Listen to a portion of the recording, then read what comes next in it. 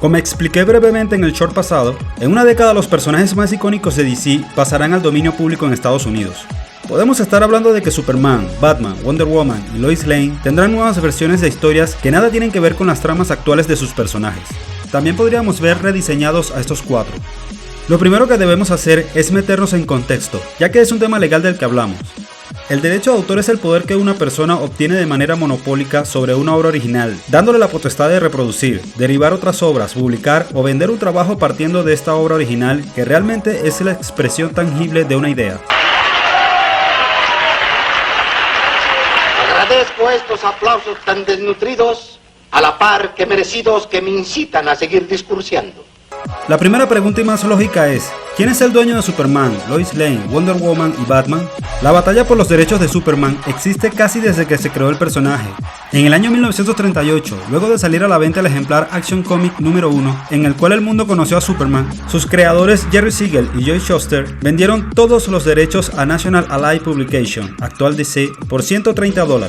¡Qué ofertón! Algo parecido ocurrió con Batman, para el que Bob Kane cedió los derechos de autor a la misma editorial que se adueñó de Superman, ignorando a su co-creador y artífice de la mayoría de la identidad de Batman, Bill Finger. ¿Dónde está tu honor, basura? ¡Eres una completa vergüenza! Wonder Woman fue un personaje creado para DC por el psicólogo y creador del primer detector de mentiras, William Moulton Master, en 1941.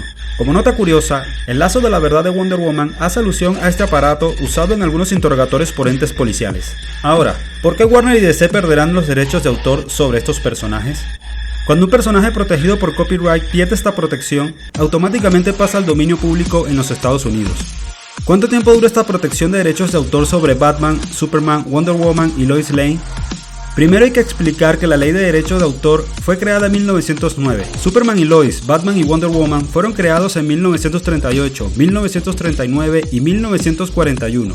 Para ese entonces, el derecho de autor sobre una obra duraba 28 años, y una vez vencida, el propietario de estos derechos podía renovar los mismos por 28 años más en la Oficina de Derechos de Autor de Estados Unidos. En 1978 fue aprobada una modificación de esta ley en la cual se decretó que la propiedad de derecho de autor duraba toda la vida del autor y 70 años más luego de la muerte de este, pasando como herencia a los sobrevivientes del mismo. Esta ley era retroactiva, es decir, también benefició a derechos adquiridos antes del 1 de enero de 1978, cuando entró en vigencia la reforma de la ley, sumando 19 años más a la prórroga anterior. Entonces ya teníamos un total de 75 años de prórroga, y para ese entonces, DC era la poseedora de los derechos de estos superhéroes hasta el 2014 como mínimo. Pero en el año 1998 se hizo una nueva enmienda a esta ley agregando 20 años más a la extensión de derecho de autor, lo que ahora hace lógico que los derechos de autor de Superman y Lois Lane pasen al dominio público en 2034. Han pasado 84 años, uno más y hubieran sido 85. ¿Podrá DC renovar los derechos de autor de cada uno de ellos? La respuesta es no. Para ese entonces habrán pasado los 95 años máximos de prórroga y no tendrá vuelta atrás. ¿Qué ocurrirá una vez que estos personajes pasen al dominio público en 2034, 2035 y 2037? Para responder esta pregunta hay que entender que DC perderá el derecho de autor sobre las primeras versiones de estos personajes. Es decir, esta versión de Superman, esta versión de Lois Lane, esta versión de Wonder Woman y esta versión de Batman pasarán al dominio público. A partir de estas versiones, que realmente son los originales, es que cualquier persona o empresa en el mundo podrá crear sus propias historias y diseños. Otra cosa fuera de esto y que se apegue más al Superman, Lois, Wonder Woman o Batman que conocemos en la actualidad, incurrirá en una acción ilegal, ya que estos contienen elementos protegidos por derechos de autor de DC. Por ejemplo, en esta versión de 1938 de Superman, el hombre de acero no podía volar, solo saltaba de un lugar a otro. La habilidad de vuelo apareció en 1941 en los cómics, así que si haces una historia para el cine con el primer Superman y lo pones a volar, tendrás que arreglártelas con Warner y DC en un tribunal.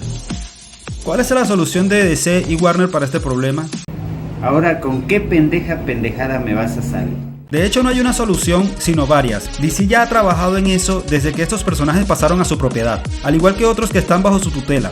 Durante décadas DC ha modificado a sus personajes sutilmente en su apariencia y a otros en su esencia. También lo ha hecho con algunos, descontinuándolos o eliminándolos de sus filas para traer protagonistas nuevos. Tal es el caso de Blue Beetle. primero Ted Kord y ahora Jaime Reyes. La visión de calor de Superman, el emblema de Batman, el origen de Wonder Woman, todo ha sido agregado y registrado por DC y Warner para continuar con el control de los personajes, aunque eventualmente estos también pasarán al dominio público.